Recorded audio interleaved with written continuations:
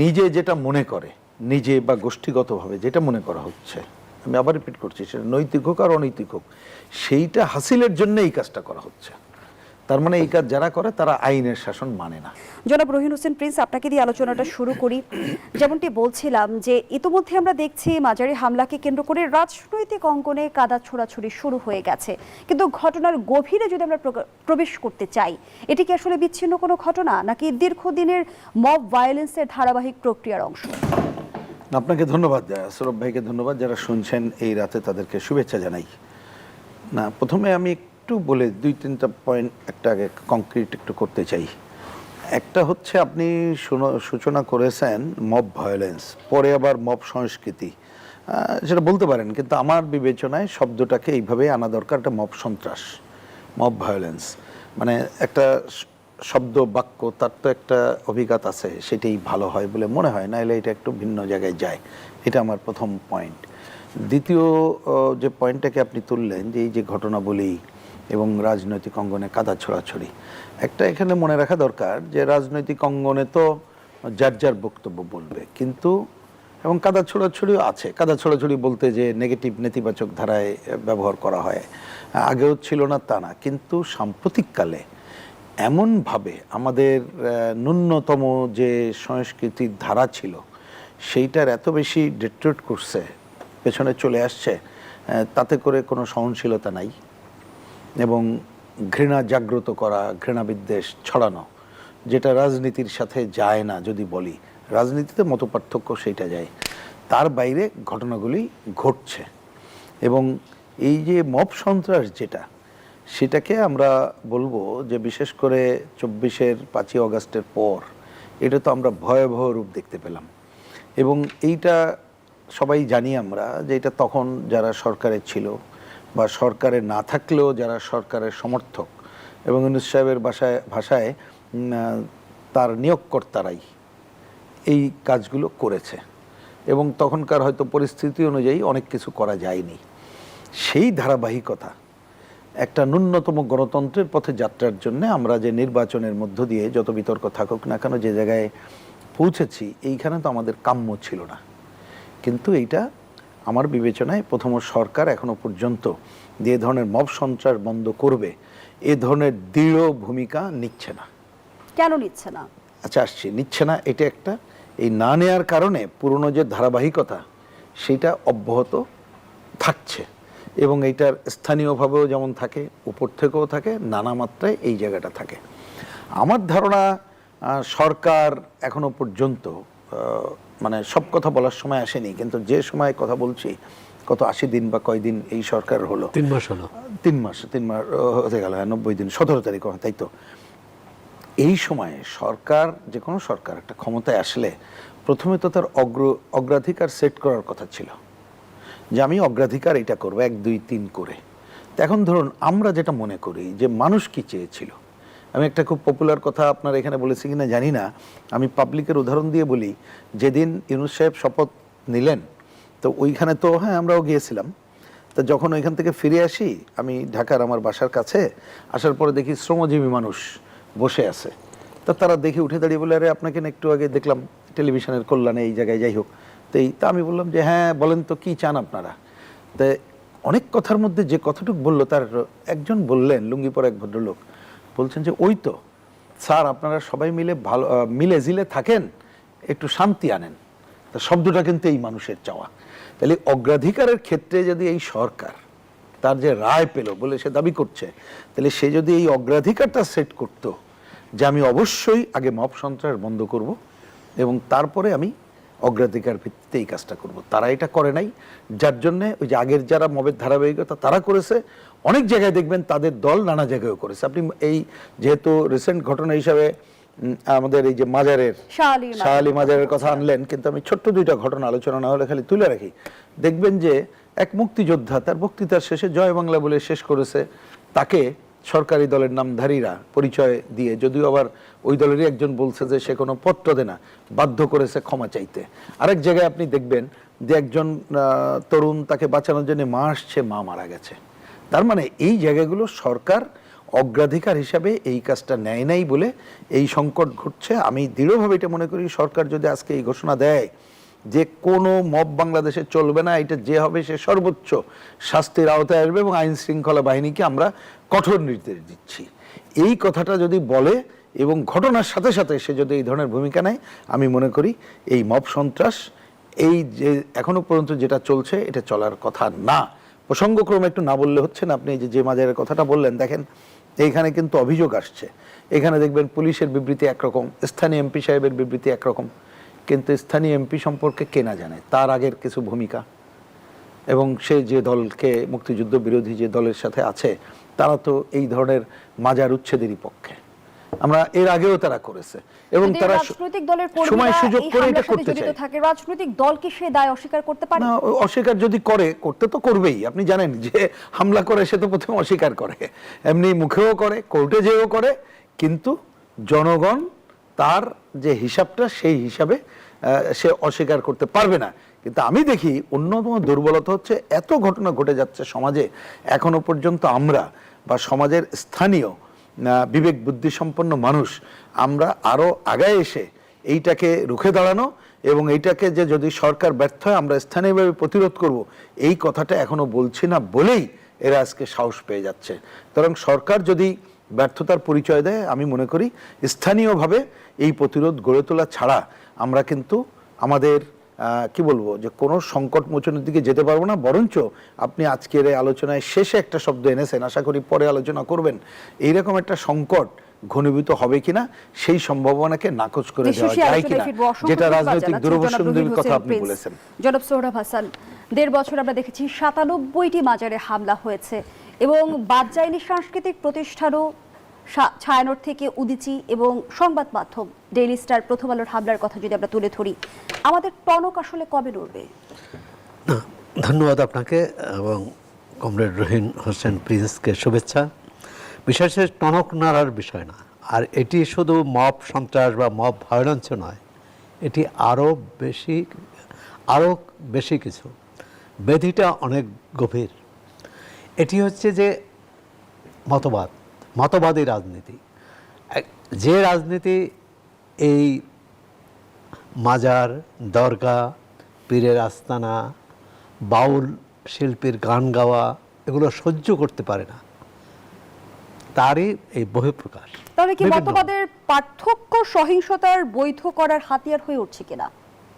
আমরা তো তাই দেখছি। আপনি যে পরিসংখ্যান দিলেন 95টি ঘটনা এই অন্তর্বর্তী সরকারের সময়, আর আমরা তো ভেবেছিলাম যে নির্বাচিত সরকারের সময় এটা থামবে, কিন্তু থামলো না। স্বরাষ্ট্রমন্ত্রী ঘোষণা দিয়েছিলেন, হ্যাঁ বলেছিলেন যে মব চলবে না, কিন্তু আমরা দেখলাম স্বরাষ্ট্রমন্ত্রীর বক্তব্যের পর কিন্তু কুষ্টিয়ায় একজন পীর নিহত হলেন, এবং সেখানেও কিন্তু আজকে শাহরি মাজারে হামলার পিছনে যাদের হাত আছে বলে সংবাদ মাধ্যমে এসেছে, কুষ্টিয়ার পীরকে হত্যার ঘটনায় কিন্তু তাদের নাম এসেছে। এবং স্থানীয় রাজনীতি আর হচ্ছে মতাদর্শিক যে তাদের এক ধরনের, এটি বলবো যে অন্ধত্ব, ফ্যাসিজম, কর্তৃত্ব, মানে এর বাইরে তারা কিছু শুনতে চায় না, এর বাইরে তারা কিছু দেখতে চায় না। তারা মনে করে যে বাংলাদেশের পীর, আউলিয়া, বাউল এই সংস্কৃতি থাকবে না। এই সংস্কৃতির পরিবর্তে অন্য সংস্কৃতি যারা বসাতে চায় তারা তো শাহরি মাজারে হামলা চালাবি, এবং সেটা যে কোনো অজুহাতে, যে কোনো ছলছুতায়। সেখানে কি বলা হয়েছে যে সেখানে মাদক ব্যবসা হয়। ঢাকা শহরে কোথায় মাদক ব্যবসা হয় না? বাংলাদেশে কোথায় মাদক ব্যবসা হয় না? মাদক সেবন হয় না? কিন্তু সেখানে হামলা করার উদ্দেশ্য এক হচ্ছে, এটা একটি, তারা হয় জায়গা দখল অথবা স্থাপনা দখল অথবা সামনে ওরস, সেই ওরসকে সামনে রেখে বাণিজ্য, এসব এক ধরনের এর মধ্যে হীন উদ্দেশ্য আছে। এই হীন উদ্দেশ্য চারিতার্থ করার জন্য ধর্মকে ব্যবহার করা হচ্ছে। আর কোথাও কি আছে যে বাউল গান গাইতে পারবে না, বাউল মাজারে যেতে পারবে না? এটা তার অধিকার। আমি অপছন্দ করতে পারি, বা যারা হামলা চালাইছে তারা অপছন্দ করতে পারে। কথা হচ্ছে এমনকি সেখানে যদি অপরাধমূলক কোনো কর্মকাণ্ড ঘটে থাকে, যা তাদের দাবি, সেটা তো অভিযান চালানোর বা সেটা বন্ধ করার দায়িত্ব তাকে কেউ দেয়নি। সেটা তারা বড়জোর সরকারকে বলতে পারতো, আইনশৃঙ্খলা রক্ষাকারী বাহিনীকে বলতে পারতো, তারা ব্যবস্থা নেবে। এখন সরকারের ভূমিকায় যদি কোনো রাজনৈতিক দল অবতীর্ণ হয়, তখন তো সন্দেহ করার যথেষ্ট কারণ আছে তারা সরকারকে মানে কিনা, তারা নিজেরাই সরকার হয়ে উঠতে চায় কিনা। এবং এখানে যে কোনো সরকার মানে তো আইনের রক্ষক, সেই আইনের রক্ষক যখন অসহায়, এবং শাহরি মাজারের ক্ষেত্রেও দেখা গেল পুলিশ কর্মকর্তারা এক ধরনের বিবৃতি দিয়েছেন, সেখানকার স্থানীয় এমপি এবং তার দল আরেক ধরনের বিবৃতি দিয়েছে। কথা হচ্ছে তারা কিন্তু যে কাজটি হয়েছে তার দায়িত্ব স্বীকার করতে পারছে না, এবং এর অর্থ হচ্ছে এই কাজটি যে খারাপ গর্হিত সেটা স্বীকার করেছে। এখন কে করেছে? পুলিশ অভিযান চালালে তো সেখানে দলের কোনো ভূমিকা থাকার কথা না, কোনো দলকে নিয়ে তো অভিযান চালানোর কথা না। এই ধরনের প্রবণতা কিন্তু আমরা অন্য ক্ষেত্রে আওয়ামী লীগ সরকারের সময় দেখেছি, যে বিরোধী দলের নেতা কর্মী কাউকে ছাত্রলীগের বা আওয়ামী লীগের নেতাকর্মী তাকে ধরিয়ে পুলিশে দিয়েছে। এবং অন্তর্বর্তী সরকারের সময়ও আবার এর উল্টো ঘটনা ঘটছে। ছাত্রলীগ, আওয়ামী লীগ, যুবলীগ, যে কোনো নামে, যেটি রিলেশন প্রিন্স দুটি উদাহরণ দিলেন, যে যাকেই পছন্দ হবে না, যাকে আমার দলের মনে করব না, আমার বিপক্ষের মনে করব, তাকে শাস্তি দিতে হবে, এবং সেই শাস্তি দেওয়ার জন্য আইন নিজের হাতে তুলে নিতে হবে। এটি হচ্ছে গর্হিত অপরাধ, জঘন্য অপরাধ, এবং ফৌজদারি অপরাধ। কিন্তু জনাব সোহরাব হাসান, সেই গর্হিত অপরাধ কিংবা জঘন্য অপরাধের কয়টা দৃষ্টান্তমূলক বিচার আমরা নিশ্চিত করতে পেরেছি? বিচারহীনতার সংস্কৃতির কারণেই কি মব ভয়ঙ্কর হয়ে উঠল কিনা? মবের বহু ঘটনা ঘটলেও দৃষ্টান্তমূলক শাস্তি আমরা নিশ্চিত করতে পারিনি। বিচারহীনতার এই সংস্কৃতির কারণেই কি মব ভয়ঙ্কর হয়ে উঠেছে? না, অন্তর্বর্তী সরকারের সময় তো এটি বেশ প্রচলিত ধারণা ছিল যে কোনো কোনো ক্ষেত্রে সরকারের নীতি নির্ধারক, সরকারের সমর্থকরা এই ভায়োলেন্সকে উস্কানি দিয়েছে, প্ররোচনা দিয়েছে এবং করতে দিয়েছে, বাধা দেয়নি। তো সেক্ষেত্রে তো এর বিরুদ্ধে দৃষ্টান্তমূলক শাস্তি আপনি কীভাবে আশা করেন? যখন সরকারের কোনো পক্ষ এ ধরনের ঘটনা ঘটতে দেয় বা বাধা দেয় না, মবকে উৎসাহিত করার পেছনে কি এজেন্ডা থাকতে পারে? এখন অনেকে তো মবকে ন্যায্য মনে করে, প্রেশার গ্রুপের কাজ বলে মনে করেছেন, সে এরকম বক্তৃতা বিবৃতিতেও তখন আমরা শুনেছি। এটি হচ্ছে কিভাবে দেখা, অর্থাৎ আমার যেমন অধিকার আছে, আমার যেমন এখতিয়ার আছে আমার অধিকার রক্ষার, আমার কথা বলার, আরেকজনের যে অধিকার আছে তার কথা বলার, তার সম্পদ সুরক্ষার, সেটি আমাদের অনেকেই মানতে চান না। এটা শাসনের নামে, আন্দোলনের নামে, নানা রাজনৈতিক তৎপরতার নামে একে অপরকে হেয় করতে চান, অপদস্থ করতে চান। এটাই হচ্ছে মব ভায়োলেন্স বা যেটাই বলেন, এটা হচ্ছে আইনের শাসনের পরিপন্থী, আইনের শাসনের ব্যত্যয়। অর্থাৎ যেখানে আইনের শাসন থাকে সেখানে মব থাকতে পারে না। তার মানে রাষ্ট্র কি এখন ব্যর্থ? না, তারপর বলছি যে আমরা ভেবেছিলাম বা দেশের মানুষ ভেবেছিল যে অন্তর্বর্তী সরকার তো একটা আপাতকালীন সরকার, এরপর নির্বাচিত সরকার আসলে এর অবসান হবে। স্বরাষ্ট্রমন্ত্রী ওয়াদাও করেছিলেন যে মব চলবে না, কিন্তু মব চলছে। অতীতের ঘটনাগুলোর বিচার হয়নি, এ তো ঠিক। যেমন আবুল সরকারই তো এই মানিকগঞ্জের, যিনি জামিন পেয়েছেন, তিনি জামিন পান না। তিনি, তার কথা কারো কাছে আপত্তিকর মনে হতে পারে, অন্যায় হতে পারে, আইনের চোখেও এটি অপরাধ মনে হতে পারে, কিন্তু তার বিচার করবে তো আদালত। তার আগেই তার বিচার করা হয়েছে, তার সহকর্মী, তার ঘনিষ্ঠজনদের শারীরিকভাবে লাঞ্ছিত করা হয়েছে এবং তার বাড়িতে হামলা করা হয়েছে। এই ঘটনাগুলো কিভাবে ঘটতে যাচ্ছে? অর্থাৎ যে সমাজে আইনের শাসন আছে সেই সমাজে এসব ঘটার কথা না। সব ক্ষেত্রে যে ধর্মকে পুঁজি করে হয়েছে তা না, ব্যবসা বাণিজ্যকে পুঁজি করে হয়েছে, রাজনীতিকে পুঁজি করে হয়েছে, জমি দখলের জন্য হয়েছে, সম্পদ দখলের জন্য হয়েছে, বাড়ি দখলের জন্য হয়েছে, চাঁদাবাজির জন্য হয়েছে। তো এটা একটা এটা একটা সামাজিক অসুস্থতা। এটির সরকারের যেমন দায়িত্ব আছে, সমাজেরও দায়িত্ব আছে। হ্যাঁ, আমার চোখের সামনে, আপনার চোখের সামনে কোনো অন্যায় ঘটলো, আমি যদি প্রতিবাদ না করি, আমি যদি এটাকে মেনে নেই, তাহলে তো এই সমাজে এটা ঘটতে থাকবে। এমনকি তো এটা না, ঘরে ঘরে তো আর পুলিশ বা আইনশৃঙ্খলা রক্ষাকারী বাহিনীর সদস্যরা পাহারা দিচ্ছে না। সমাজে কাউকে না কাউকে এগিয়ে আসতে হবে, এমনকি তাদের জানাতেও। যেমন একটি আছে যে পুলিশের বিভিন্ন নাম্বার আছে, যেমন 999, কোনো অপরাধ ঘটলে, কোনো অন্যায় ঘটলে তাকে জানানো। তো এই জানানোর কাজটা তো নাগরিকদের। আর যিনি আক্রান্ত হবেন তিনি জানাতে পারেন না, মানে তো আক্রান্তই হচ্ছেন। তার পাশে যিনি থাকেন, কাছে যিনি থাকেন, তার কিন্তু এটা দায়িত্ববোধের একটা জায়গা থাকে। দায়িত্ববোধের জায়গা আছে। আমরা কিন্তু অনেক ক্ষেত্রে দেখি যে এই ধরনের আক্রান্ত ব্যক্তির ছবি তোলার জন্যে, তার ভিডিও করার জন্যে যে আমরা যতটা উৎসাহী, প্রতিকারের জন্য বা পুলিশকে জানানোর ব্যাপারে ততটাই নিষ্ক্রিয়। অসংখ্য ধন্যবাদ জানাচ্ছি জনাব সোহরাব হাসান। জনাব রহিন হোসেন প্রিন্স, যেমনটি সোহরাব হাসান বলছিল যে মব ভায়োলেন্স সামাজিক ব্যাধিতে পরিণত হয়েছে, পরিত্রাণের আসলে উপায় কি? আরও একটি প্রশ্ন যদি যুক্ত করি, তদন্তের আগে আমরা দেখছি যে দায় নির্ধারণের এক ধরনের সংস্কৃতি তৈরি হয়েছে, এটি কি আসলে বিচার প্রক্রিয়াকে প্রভাবিত করছে কিনা?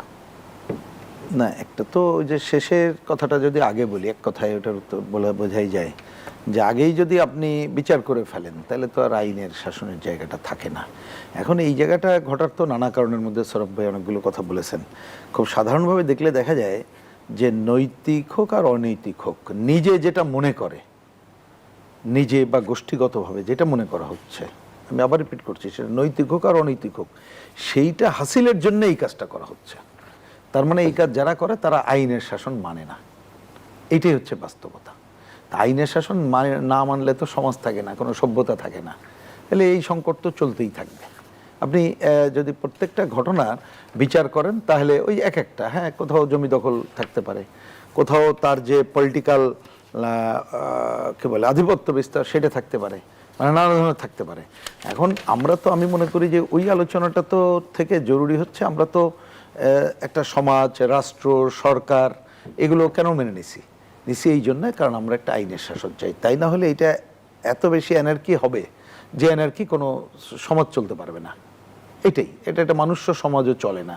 সুতরাং আইনের শাসনটা করতে গেলে একটা প্রধান কাজই হবে এই ধরনের আইন বিরোধী কাজ, সেইটাকে দমন করা। দমন করা একেবারে খুব, আমি বুঝে শুনে এই শব্দটা, দমন শব্দটা ইউজ করলাম। এই দমন মানে কি? পাল্টা মব দিয়ে না, এই দমন হচ্ছে আইনের শাসন প্রতিষ্ঠা করে।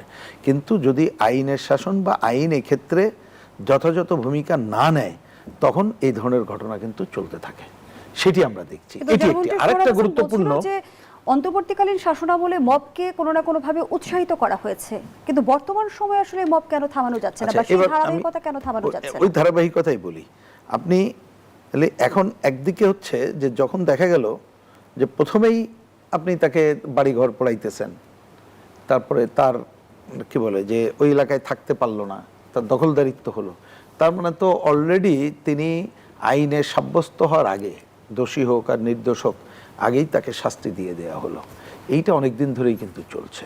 এখন সেটা তো অন্তর্বর্তীকালীন সরকারের সময়, সৌরভ ভাই যতটুকুই বলেছেন, আমরাও তো দেখছি যে অনেক সময় অনেক উদ্দেশ্যমূলকভাবে একটা মবের মতো ঘটনা ঘটিয়ে সেটাই হয়তো রাষ্ট্রীয়ভাবে স্বীকৃতি দেওয়ার জন্য অনেক পয়েন্টকে আইনেও পরিণত করা হয়েছে, এবং তখনও কোনো ভূমিকা নেই সেইটাই। কিন্তু এইখানে এই সরকারের শুরুতে আমরা এটা প্রত্যাশা করিনি, সেটা হচ্ছে। আমি এখন কিন্তু বিরোধী দলগুলো দাবি করছে যে সরকার আইন শৃঙ্খলা নিয়ন্ত্রণে সম্পূর্ণ ব্যর্থ। না, আমি এটা সমালোচনা নাকি সরকারের প্রতি অনাস্থা? যেমনটি বিরোধী দলগুলো দাবি করছে সরকার কেবল পিআর কৌশল দিয়ে দেশ চালাচ্ছে, কিন্তু আইন শৃঙ্খলা নিয়ন্ত্রণে সম্পূর্ণ ব্যর্থ। বিরোধী দলীয় চিফ হুইপ নাহিদ ইসলাম বলেছেন সরকারের পারফরমেন্সের উপর নির্ভর করবে মধ্যবর্তী নির্বাচন প্রয়োজন হবে কিনা। এই বক্তব্যগুলো কি সরকারের সমালোচনা নাকি সরকারের প্রতি অনাস্থা? না, আপনি দুই দিকেই বলতে পারেন। হ্যাঁ, সমালোচনা তো বটেই, আবার মধ্যবর্তী নির্বাচন বলা মানে তো অন্য কথা বলা আর কি, সেটা আছে। কিন্তু আমি এইভাবে জিনিসটাকে একটু অন্যভাবে দেখতে চাই। সেটা হচ্ছে যে বিরোধী দল নামে যাদের কথা বললেন, যাদের বক্তব্য বললেন, আমি ব্যক্তিগতভাবে এটাকে এত গুরুত্ব এই অর্থে দিতে চাই না। কারণ হচ্ছে দেখেন, এনারাই তো একসময় মব করেছে, এখন এরা এখন মবের বিরুদ্ধে বলছে।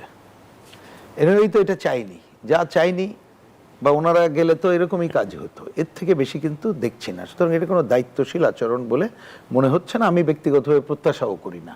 কারণ এইবারের সংসদে বিরোধী দলের নামে যারা আছে ওই একই জিনিস। ইতিমধ্যে দেখবেন বাজারে একটা কথা চাউর হয়েছে, আগে ছিল আমি আর ডামির সরকার, একদলীয় নির্বাচন সরকার, এখন অনেকে বলে এই পার্লামেন্টে আমরা আর মামুরা। এবং দেখেন যে অনেকগুলো বিষয়, জনস্বার্থের বিষয় নিয়ে কংক্রিট বিকল্পটা তুলে ধরা নাই। সেটা আমি ব্যক্তিগতভাবে বলে প্রত্যাশা করি না এই কারণে, কারণ যে অর্থনৈতিক নীতিমালার ভিত্তিতে এই পরিবর্তনের চাওয়াটা হয়, মেজর পার্থক্য কিন্তু এই দলগুলোর মধ্যে আছে বলে মনে হয় না। বরঞ্চ এই যে বিরোধী দলের নামে যারা দেখছি, তারা তো অন্তর্বর্তীকালীন সরকারের সময় তারাই এক ধরনের ক্ষমতা এনজয় করেছে এবং তারা যে কোনোভাবে মনে করছিল ক্ষমতায় তারা চলে গেছে বা যাবে।